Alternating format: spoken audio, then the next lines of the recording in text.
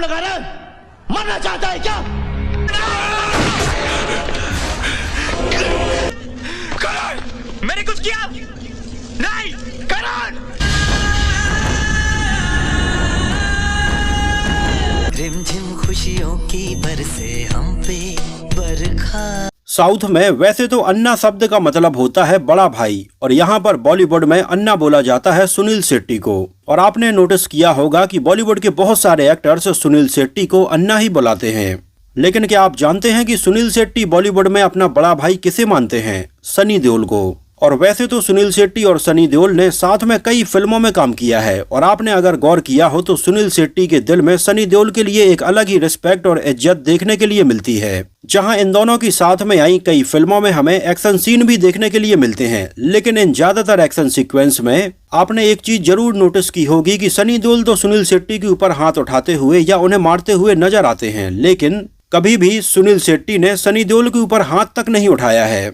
वैसे इन दोनों की साथ में आई फिल्मों की बात करें तो ये फिल्में थीं बॉर्डर, कहर, जानी दुश्मन एक अनोखी कहानी, कर्ज द बर्डन ऑफ ट्रुथ, खेल, लकीर फॉरबिडन लाइंस और फुल एंड फाइनल। और आज अपने इस वीडियो में हम इन दोनों की साथ में आई साल 2004 की फिल्म लकीर फॉरबिडन लाइंस के बारे में ही बात करने वाले हैं। अब देखो, बॉलीवुड में ऐसे हमें कई एग्जाम्पल देखने के लिए मिले जहां पर बड़ी बड़ी फिल्मों में लंबी चौड़ी स्टारकास्ट रखी गई और फिल्म के ऊपर पानी की तरह पैसा बहाया गया, लेकिन कई बार ये फिल्में बॉक्स ऑफिस पर फ्लॉप नहीं बल्कि डिजास्टर रही हैं। तो कुछ ऐसा ही हुआ था फिल्म लकीर के साथ में भी, जहां हमें इसमें लंबी चौड़ी स्टार कास्ट तो देखने के लिए मिली थी, लेकिन ये फिल्म बॉक्स ऑफिस पर बिल्कुल डिजास्टर रही थी। और उस समय आलम ये था कि ये लगभग 2004 के आसपास की बात है। उस समय भी फिल्म को लगभग 8 करोड़ से ज्यादा का नुकसान हुआ था, और नतीजा ये हुआ कि इसमें पैसा लगाने वाले प्रोड्यूसर उस समय रोड पर आ गए थे और फिल्म को डायरेक्ट करने वाले डायरेक्टर के पास में कई सालों तक काम नहीं रहा। जबकि ये फिल्म नए जमाने को ध्यान में रखकर बनाई गई थी, लंबी चौड़ी स्टार कास्ट थी और जाने माने म्यूजिक कंपोजर AR रहमान का म्यूजिक था। 2004 की गर्मियां चल रही थीं और ऐसे में ये फिल्म मई के महीने में 14 मई को रिलीज होती है,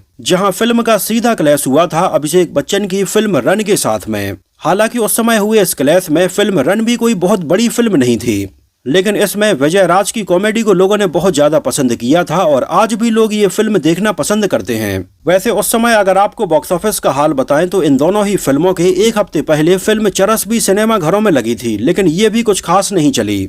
तो वहीं इन दोनों ही फिल्मों के लगभग 2 हफ्ते पहले शाहरुख खान की फिल्म मैं हूं ना सिनेमा घरों में रिलीज हुई थी, जो फिल्म ब्लॉकबस्टर रही थी और कई सिनेमा घरों में ये फिल्म हाउसफुल जा रही थी। तो कहीं ना कहीं फिल्म लकीर के 2 हफ्ते पहले रिलीज हुई फिल्म मैं हूं ना का फर्क इसके ऊपर काफी पड़ा था। तो वहीं फिल्म लकीर के अगले ही हफ्ते अजय देवगन, अभिषेक बच्चन और विवेक ओबराय की एक बेहतरीन फिल्म युवा भी सिनेमा घरों में रिलीज होती है। तो कहीं ना कहीं फिल्म लकीर के पहले और बाद में इन दोनों ही अच्छी फिल्मों के रिलीज होने की वजह से लकीर इन दोनों के बीच में ही फंस गई थी। खैर, अगर टेक्निकल पहलुओं की बात की जाए तो ये फिल्म उतनी अच्छी बन भी नहीं पाई थी, जिसकी कहानी और डायरेक्शन किया था जाने माने कोरियोग्राफर अहमद खान ने।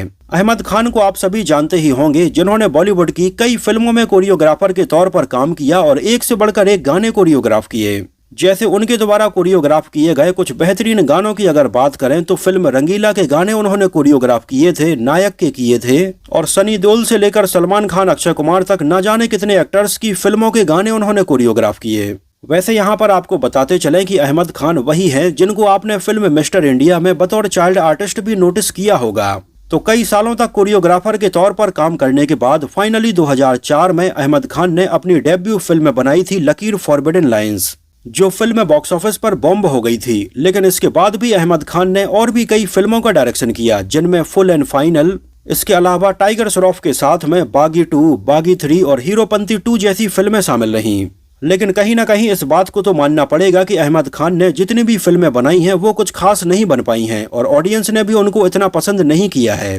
तो कहीं ना कहीं अहमद खान एक अच्छे कोरियोग्राफर तो हैं, लेकिन अच्छे डायरेक्टर नहीं बन पाए। वैसे आपको बता दें कि अभी अहमद खान लगभग आधे बॉलीवुड को लेकर फिल्म वेलकम टू जंगल को डायरेक्ट कर रहे हैं, जो फिल्म लगभग 60% बनकर तैयार हो चुकी है और बहुत जल्द हमें ये देखने के लिए मिलेगी। फिल्म लकीर के डायलॉग्स लिखे थे महबूब ने और इसको विकी फिल्म्स प्राइवेट लिमिटेड के बैनर तले प्रोड्यूस किया था विवेक कुमार ने, और फिल्म का म्यूजिक कंपोज किया था AR रहमान ने, बैकग्राउंड म्यूजिक दिया था आदेश श्रीवास्तव ने। टी सीरीज के लेवल पर इसकी ऑडियो कैसेट को रिलीज किया गया था, लेकिन उस समय फिल्म के गाने नहीं चल पाए थे। और AR रहमान का म्यूजिक होने के बावजूद भी उस समय फिल्म लकीर का म्यूजिक एल्बम कुछ खास सेल नहीं हो पाया था। खैर उस समय इसके गानों के लोगों के बीच में इतने पॉपुलर ना होने का एक बड़ा रीजन ये रहा कि इसमें 3 गाने AR रहमान ने अपनी एक पुरानी फिल्म के गानों के म्यूजिक से बिल्कुल एज इट इज कॉपी करके यूज किए थे। ये उस समय की बात है जब AR रहमान बहुत ज्यादा बिजी थे और उनके पास में साउथ और बॉलीवुड की अलग अलग फिल्मों के गाने कंपोज करने के ऑफर आते ही रहते थे। तो उस समय जब AR रहमान को फिल्म लकीर फॉरबिडन लाइंस का म्यूजिक कंपोज करने के लिए अहमद खान ने अप्रोच किया तो AR रहमान उस समय बहुत ज्यादा बिजी थे।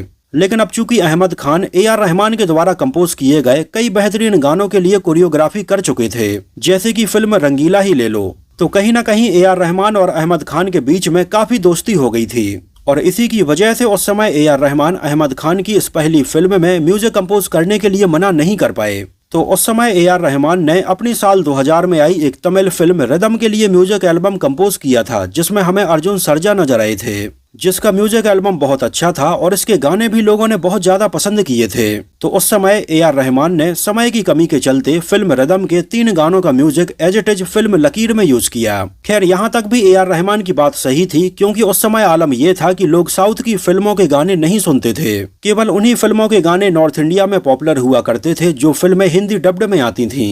लेकिन उस समय फिल्म रिदम हिंदी डब्ड में नहीं आई थी, तो यहाँ पर बहुत सारे लोगों ने इसके गानों का म्यूजिक सुना ही नहीं था। लेकिन अब यहाँ पर प्रॉब्लम ये हो गई कि गानों का म्यूजिक तो अच्छा था, लेकिन इन गानों के जो लिरिक्स लिखे गए वो इतने ज्यादा कनेक्ट नहीं कर पाए। ऊपर से AR रहमान ने इन गानों का बहुत ही सोलफुल म्यूजिक कंपोज किया था, लेकिन यहाँ पर अहमद खान ने इन गानों को जब पिक्चराइज किया तो इसको काफी वेस्टर्न लुक देने की कोशिश की गई, जिसकी वजह से भी ये फिल्म और इसके गाने लोगों के बीच में इतने पॉपुलर नहीं हो पाए। इन कॉपीड गानों की बात करें तो ये गाने थे नचले, पैगाम और उफ़ो जलता है, जिन तीनों ही गानों को क्रमशः फिल्म रिदम के गानों से कॉपी किया गया था। यहाँ पर मैं आपको उनकी एक झलक सुना भी देता हूँ।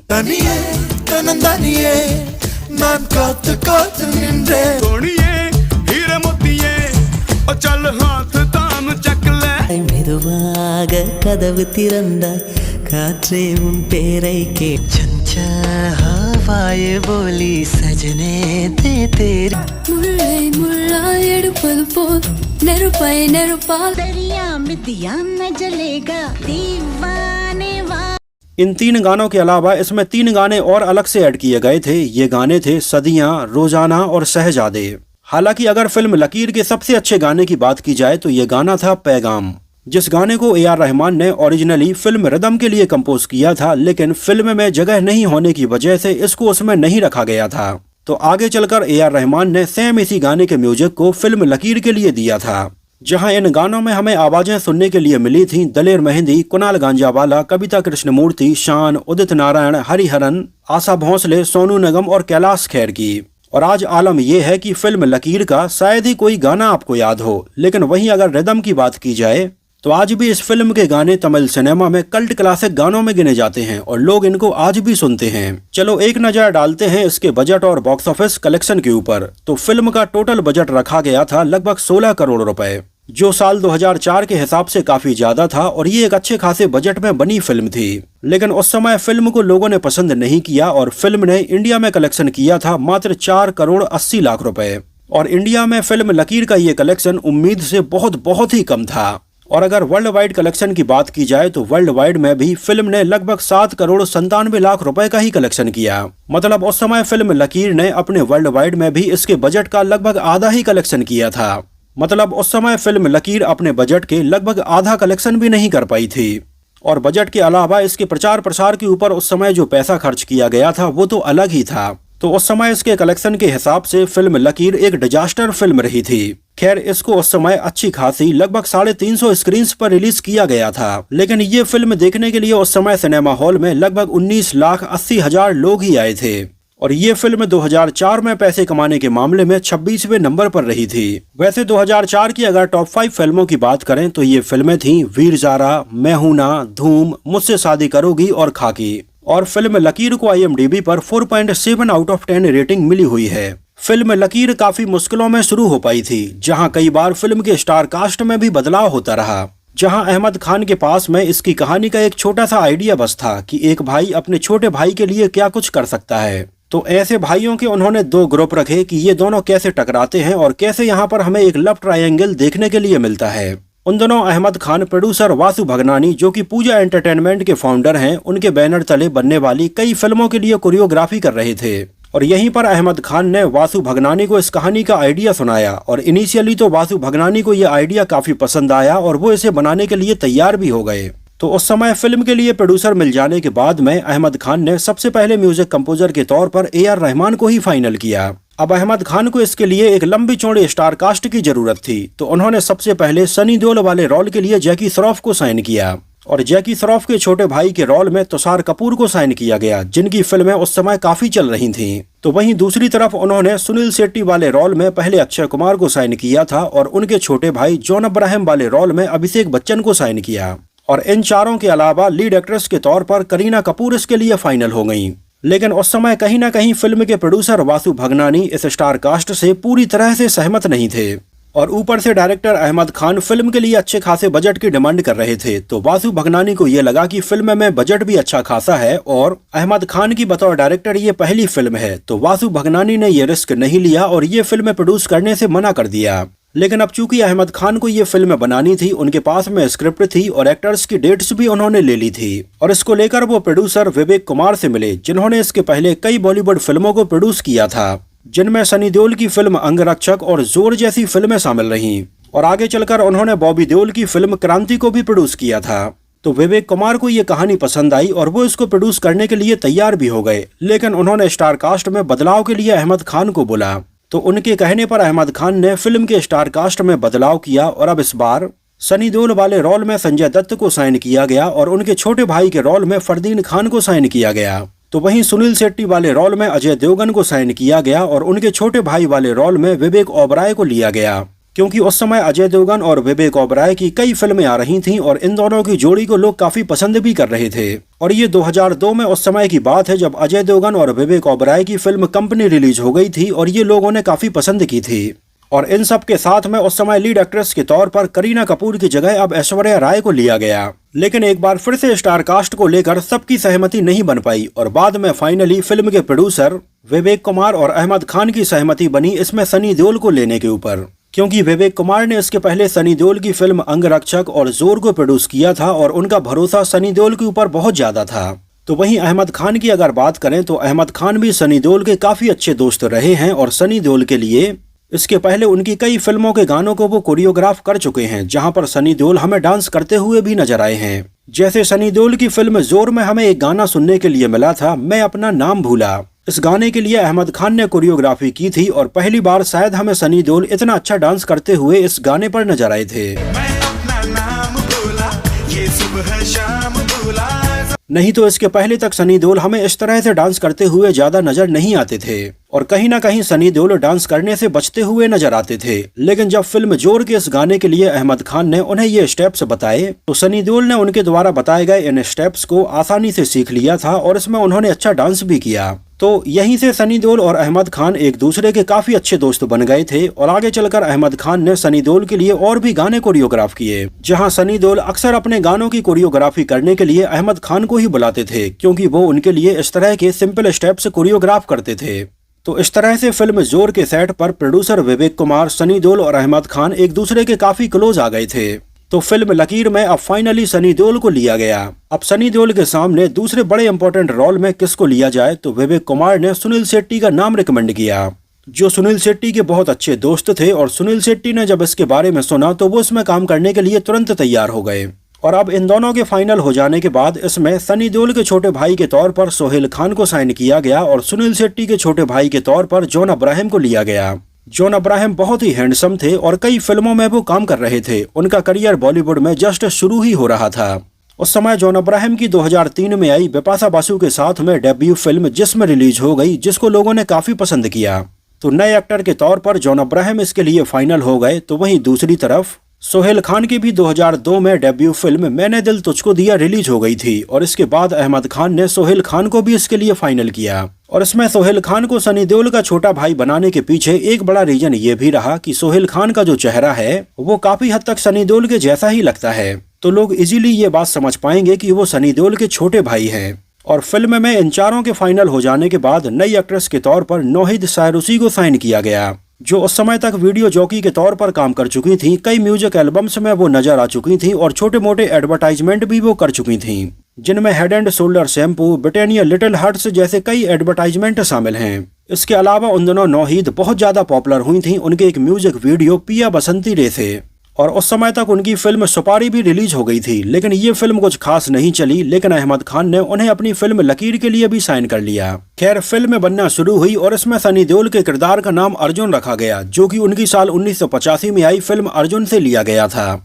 तो वहीं सनी देओल का नाम इसमें अर्जुन रखने के बाद में उनके छोटे भाई सोहेल खान का नाम इसमें करण रखा गया था, और ये करण अर्जुन हो गए थे, जो कि 1995 में आई सलमान खान और शाहरुख खान की फिल्म करण अर्जुन में इन दोनों के ही नाम होते हैं। अहमद खान फिल्म को काफी वेस्टर्नाइज तरीके से बनाना चाहते थे और इसको काफी डिटेल में बनाना चाह रहे थे, और फिल्म बिल्कुल नए जमाने की और बहुत ही स्टाइलिश लगे। इसके लिए उन्होंने सुनील शेट्टी के लुक को भी चेंज किया और उनके हाथ पर ये बड़ा सा टैटू बनवाया, और सुनील शेट्टी की हेयर स्टाइल में भी थोड़ी बदलाव किया, और वाकई में सुनील शेट्टी इसमें बहुत ही स्टाइलिश और बहुत ही अलग अंदाज में लग रहे थे।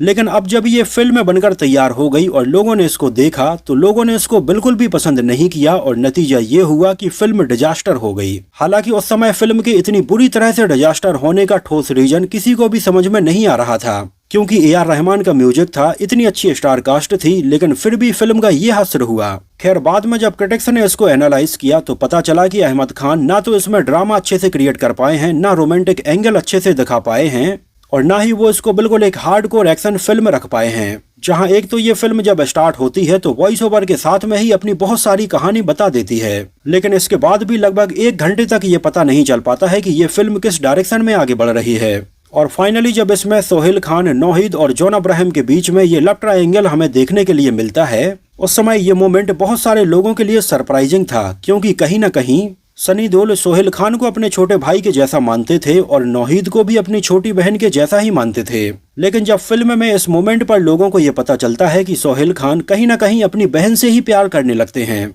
तो कहीं ना कहीं ये बात लोगों को हजम नहीं हो पा रही थी।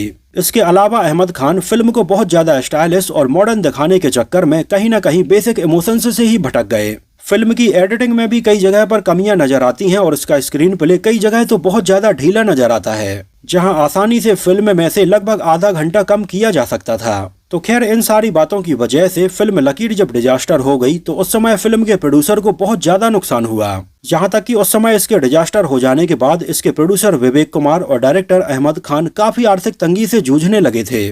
और प्रोड्यूसर विवेक कुमार ने तो इसके लगभग 11 साल तक किसी भी फिल्म को प्रोड्यूस नहीं किया, और इसके बाद फाइनली उन्होंने 2015 में फिल्म चूड़ियां को प्रोड्यूस किया और फिल्म रिदम बनाई। इसके अलावा डायरेक्टर अहमद खान भी काफी आर्थिक तंगी से जूझने लगे थे, क्योंकि उन्होंने कोरियोग्राफी का काम छोड़ दिया था और फिल्म को डायरेक्ट कर रहे थे, और उस समय लगभग 1.5 से 2 साल तक अहमद खान ने कोरियोग्राफी बिल्कुल भी नहीं की थी। लेकिन फिल्म लकीर के ना चलने के बाद अहमद खान फिर से कोरियोग्राफी करने लगे थे। इसके अलावा जॉन अब्राहम के करियर की ये पहली फिल्म थी जिसमें जॉन अब्राहम ने अपनी आवाज को खुद ही डब किया था, नहीं तो इसके पहले जॉन अब्राहम की फिल्म जिस्म और साया में उनकी आवाज जॉन अब्राहम ने नहीं दी थी, इसको किसी और ने डब किया था। खैर, आपको बता दें कि अहमद खान ने जब फिल्म लकीर फॉरबिडन लाइन्स की ये कहानी लिखी थी, उसी समय उनके पास में एक और कहानी थी, और उन्होंने कहीं ना कहीं ये डिसाइड कर लिया था कि इसके बाद में वो इसका एक सीक्वल भी बनाएंगे, और इसका सीक्वल होगा लकीर द फॉरगॉटन लाइन्स।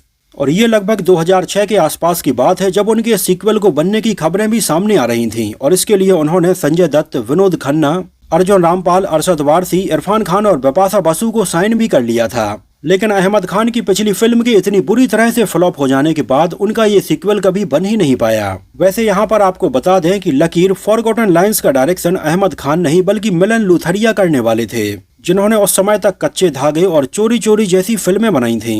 लेकिन आगे चलकर बात नहीं बन पाई थी और ये फिल्म बनाने का आइडिया ड्रॉप करना पड़ा था। लेकिन 2007 में अहमद खान ने फिल्म फुल एंड फाइनल बनाई थी, और इसमें उन्होंने एक बार फिर से सनी देओल को लिया था। इसके अलावा इसमें हमें सोहेल खान के दोस्त के तौर पर अपूर्व अग्निहोत्री भी नजर आए थे, और फिल्म लकीर उनके करियर की आखिरी फिल्म रही। इसके बाद उन्होंने किसी भी फिल्म में काम नहीं किया था, वो टीवी सीरियल्स में काम करने लगे थे, जिनमें जस्सी जैसी कोई नहीं, काजल और पति पत्नी और वो जैसे न जाने कितने सीरियल्स शामिल रहे। और आज भी अपूर्व अग्निहोत्री कई टीवी सीरियल्स में लगातार काम करते ही जा रहे हैं। और उस समय फिल्म लकीर के फ्लॉप हो जाने के बाद इसमें नजर आने वाली नौहीद को भी आगे चलकर ज्यादा फिल्में ऑफर नहीं हुई। खैर फिर भी नौहीद आगे चलकर हमें अनवर, लाइफ में कभी कभी और भूतनाथ जैसी कई और फिल्मों में नजर आई हैं, लेकिन उनका करियर भी बॉलीवुड में कुछ खास अच्छा नहीं चल पाया।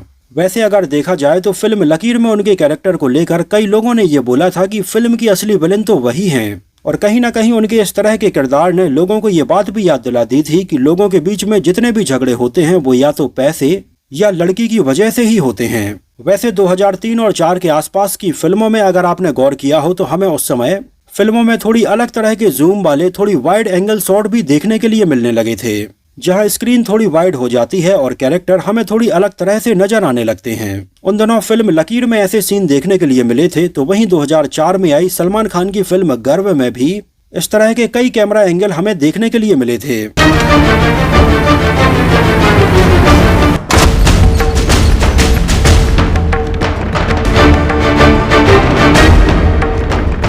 तो वहीं उसी समय फिल्म मैं हूं ना में भी हमें इसी तरह के कई एंगल देखने के लिए मिले थे। तो वहीं नागार्जुन की फिल्म मास में भी हमें ऐसे कई एंगल देखने के लिए मिले थे। वैसे यहाँ पर फिल्म मैं हूं ना का जिक्र हुआ है तो आपको बता दें कि फिल्म मैं हूं ना लकीर के लगभग 2 हफ्ते पहले रिलीज हुई थी, जिसको भी उस समय बॉलीवुड की जानी मानी कोरियोग्राफर फराह खान ने डायरेक्ट किया था और ये उनकी डेब्यू फिल्म थी। और फिल्म मैं हूं ना को लोगों ने बहुत ज्यादा पसंद किया था और ये इस साल आई एक ब्लॉकबस्टर फिल्म रही थी। और जब मैं हूं ना के 2 हफ्ते बाद अहमद खान की फिल्म रिलीज होने वाली थी तो उस समय कई लोगों ने फिल्म लकीर को मैं हूं ना से कंपेयर किया था, क्योंकि कहीं ना कहीं ये दोनों ही फिल्में ऐसी थी जहां पर ये दोनों ही पहले कोरियोग्राफर थे और ये दोनों ही इनकी डेब्यू फिल्म थी बतौर डायरेक्टर। लेकिन फिल्म लकीर को बहुत ज्यादा क्रिटिसाइज किया गया, वहीं फिल्म मैं हूं ना को लोगों ने बहुत ज्यादा प्यार दिया। तो दोस्तों ये तो बात हुई फिल्म लकीर से जुड़े बहुत सारे अननोन फैक्ट्स के बारे में। वैसे अगर मैं अपनी बात बताऊं तो मैंने जब ये फिल्म देखी थी उस समय भी मुझे ये कुछ खास पसंद नहीं आई थी।